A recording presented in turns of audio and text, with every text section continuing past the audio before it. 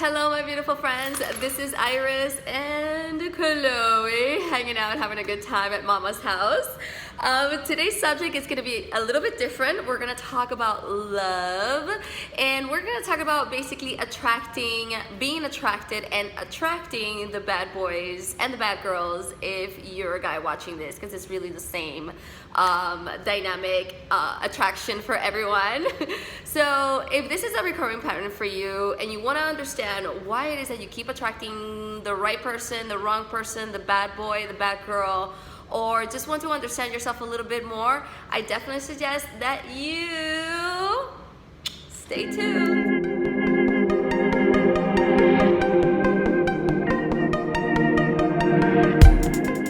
Okay, so you're one of those people that you attract the bad boys, or you're attracted naturally to the bad boys. If you're one of those people that you're attracted to the bad boys and the bad boys are attracted to you, you're actually both seeking the same things. And the same things that you're seeking is actually worth. So let me get a little deeper in this.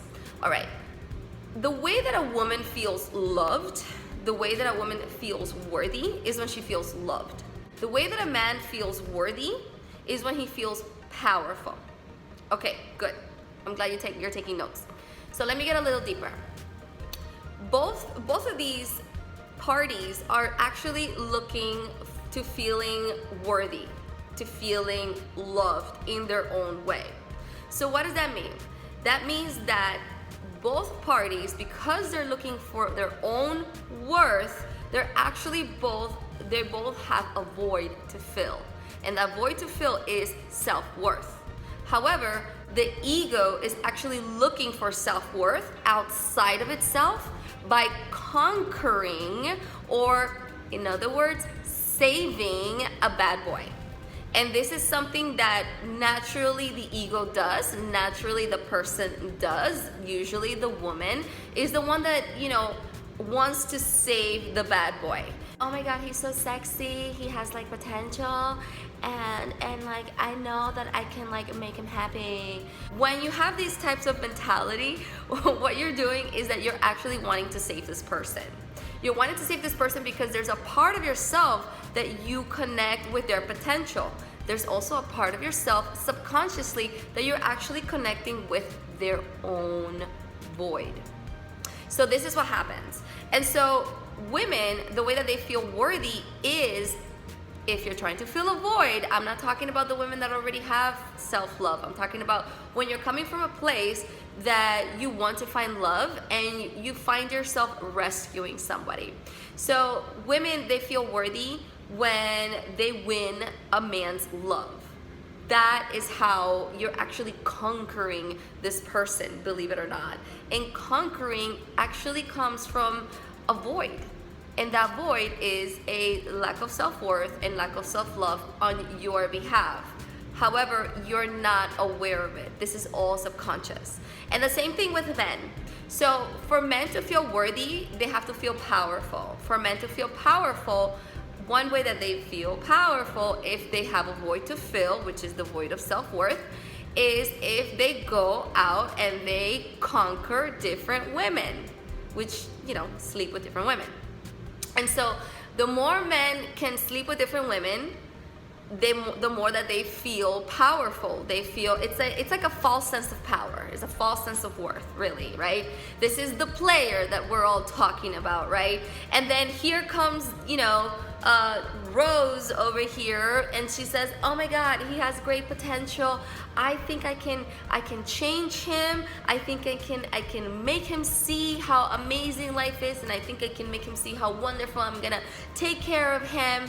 And that's where we fall short, because the thing is that there is a void within yourself that you're trying to fill of self-worth, and then you're seeing this project, you're seeing this potential on somebody, and you're trying to change the person. Now, a bad boy doesn't want to be changed into a good man or good boyfriend, monogamous, because to him, self-worth and power is coming from a different source, which is sleeping with different women, conquering different women. And the funny thing is that you're actually doing the same thing. You're trying to conquer this person. And only until you conquer this person is when you're actually gonna feel worthy.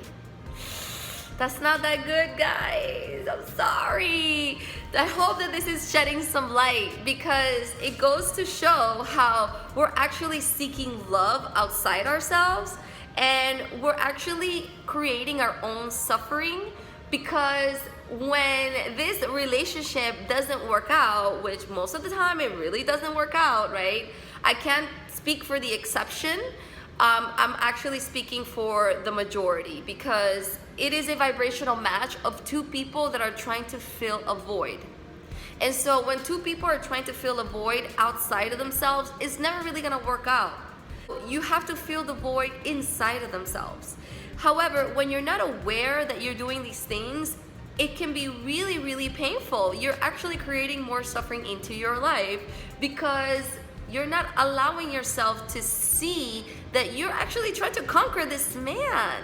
You know, I understand that you're so attracted, but you're attracted because law of attraction is naturally going to make you attracted to the people that are actually going through the same things that you are.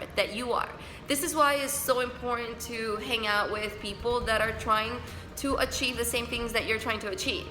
And this is why it's so important for you to understand and see the pattern that you're in when it comes to relationships. See within yourself whether you are that person that likes to rescue other people, and cut it. Because the thing is that you keep wanting to feel worthy outside of yourself through other people. You're wanting the conquering, the validation from other people, when you should be doing that to yourself. So what can you do to actually change this? What can you do to actually stop this pattern? Well, videos like these really help you, face yourself and say, holy shit, I've been doing this for a while. So the more aware you are of what it is that you're doing, of your patterns, of your self-sabotages, of the void that you're trying to fill within yourself, that self-love that you're trying to find, or that love that you're trying to find, the least you will start to do this. The more aware you become of other people and your actions, the less you will continue to make the same mistakes, right? So you already have, phase one that is already done with, right? But then phase two, what I tell a lot of my clients that I work with is, write a list of what it is that you're seeking in a relationship, and how it is that you want to feel in this relationship, and how you want this boyfriend to treat you, to do things with you, and try to be as specific as you can. And then start applying all those things that you listed in on that list of what you want in a relationship and how you want to be treated, and start applying it to yourself. So, I mean, it could be anywhere from taking yourself out to eat.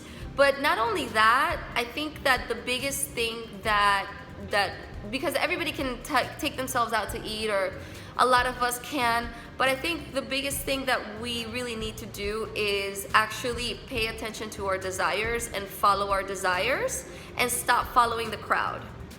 When you follow your desires, you actually stop, say hi to Choose, you actually stop abandoning yourself.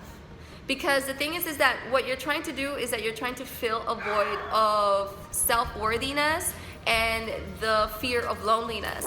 But the more that you can actually fill yourself with, your own desires, and stop following the crowd, the better that you can actually face out this fear of loneliness. Because honestly, this is just your soul wanting to connect with you, with yourself. Give yourself some love.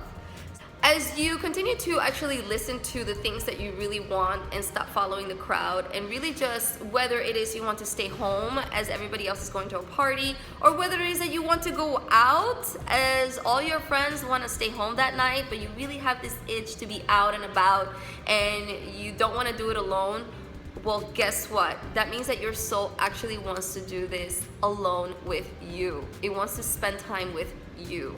And this is how you actually start to fill up your cup with self-worth and self-love. I hope that this video was really helpful for you guys. I think that self-love is definitely a journey. There is so many things that you can do to help yourself, to love yourself. And another thing that I really want to stress is forgiving your past. Forgiving all those moments where you didn't feel worthy, where you felt ugly, where you felt fat, where you felt not smart. It's really about letting go of the past and really looking forward to the future and applying all those self-loving techniques. There is nothing more that I really stress than really revisiting your past in a safe, loving way and letting it go in a safe, loving way, learning what it is forgiveness, and learning what it is to be able to face yourself and to be there for yourself. I love you. I hope that this helped you very much. You're more than welcome to check out more of my stuff, more of my content free on YouTube at Universal Iris, or you're more than welcome to like my page if you're watching this on Facebook, and I'll catch you guys next time. Mwah. Bye.